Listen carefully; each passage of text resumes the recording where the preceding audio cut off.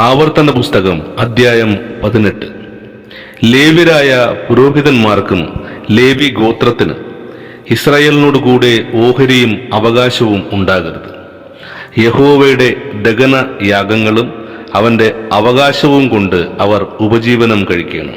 ആകയാൽ അവരുടെ സഹോദരന്മാരുടെ ഇടയിൽ അവർക്ക് അവകാശം ഉണ്ടാകരുത്.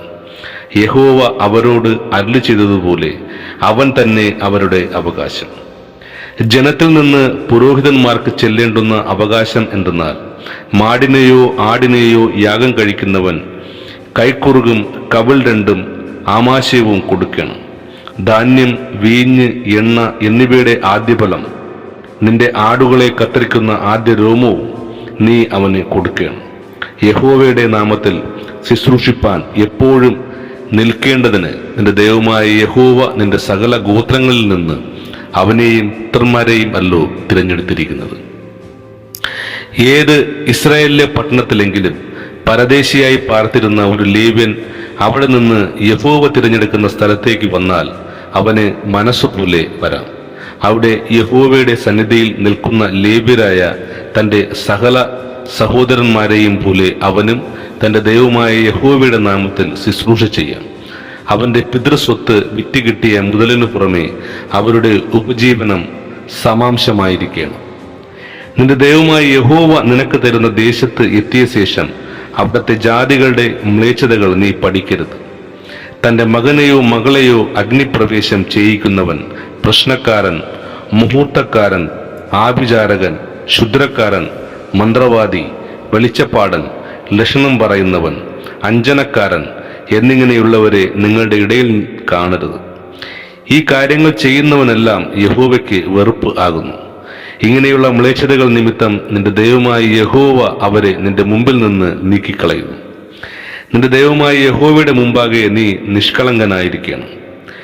നീ നീക്കിക്കളവാനിരിക്കുന്ന ജാതികൾ മുഹൂർത്തക്കാരുടെയും പ്രശ്നക്കാരുടെയും വാക്ക് കേട്ട് നടന്ന്, നീയോ അങ്ങനെ ചെയ്യുവാൻ നിന്റെ ദൈവമായ യഹോവ അനുവദിച്ചിട്ടില്ല. നിന്റെ ദൈവമായ യഹോവ നിനക്ക് എന്നെപ്പോലെ ഒരു പ്രവാചകനെ നിന്റെ മധ്യേ നിന്റെ സഹോദരന്മാരുടെ ഇടയിൽ നിന്ന് എഴുന്നേൽപ്പിച്ചു തരും. അവന്റെ വചനം നിങ്ങൾ കേൾക്കണം. ഞാൻ മരിക്കാതിരിക്കേണ്ടതിന് ഇനി എൻ്റെ ദൈവമായ യഹോവയുടെ ശബ്ദം കേൾപ്പാനും ഈ മഹത്തായ തീ കാണുവാനും എനിക്ക് ഇടവരരുതേ എന്നിങ്ങനെ ഹൊറേബിൽ വെച്ച് മഹായോഗം കൂടിയ നാളിൽ നിന്റെ ദൈവമായ യഹോവയോട് നീ അപേക്ഷിച്ചതുപോലെ തന്നെ. അന്ന് യഹോവ എന്നോട് അരുളി ചെയ്തത് എന്തെന്നാൽ, അവർ പറഞ്ഞത് ശരി, നിന്നെപ്പോലെ ഒരു പ്രവാചകനെ ഞാൻ അവർക്ക് അവരുടെ സഹോദരന്മാരുടെ ഇടയിൽ നിന്ന് എഴുന്നേൽപ്പിച്ച് എൻ്റെ വചനങ്ങളെ അവൻ്റെ നാവിന്മേൽ ആക്കും. ഞാൻ അവനോട് കൽപ്പിക്കുന്നതൊക്കെയും അവൻ അവരോട് പറയും. അവൻ എൻ്റെ നാമത്തിൽ പറയുന്ന എൻ്റെ വചനങ്ങൾ യാതൊരുത്തനെങ്കിലും കേൾക്കാതിരുന്നാൽ അവനോട് ഞാൻ ചോദിക്കും. എന്നാൽ ഒരു പ്രവാചകൻ ഞാൻ അവനോട് കൽപ്പിക്കാത്ത വചനം എൻ്റെ നാമത്തിൽ അഹങ്കാരത്തോടെ പ്രസ്താവിക്കുകയോ അന്യദൈവങ്ങളുടെ നാമത്തിൽ സംസാരിക്കുകയോ ചെയ്താൽ ആ പ്രവാചകൻ മരണശിക്ഷ അനുഭവിക്കണം.